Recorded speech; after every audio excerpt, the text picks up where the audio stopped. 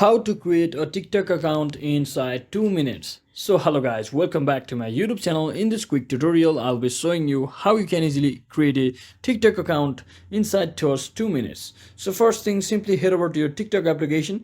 If you haven't downloaded it already, you can simply download it from the Play Store. It's available for free. But to create your account, just tap on the sign up option over here and just click on any of the option you like. So I will just continue with email. So let me just fill up my email over here.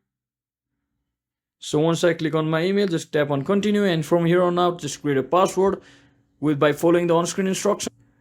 And once you do that, just select your birth date and just select next from over here. You can also give yourself a nickname.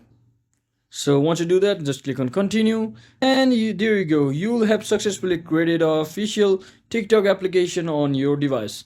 And you might also get the verification mail on your email address which you just provided. So just verify it from there and you will have successfully created a TikTok account on your device. So this video was helpful guys. If it was, don't forget to like and subscribe to the channel. See you on the next one.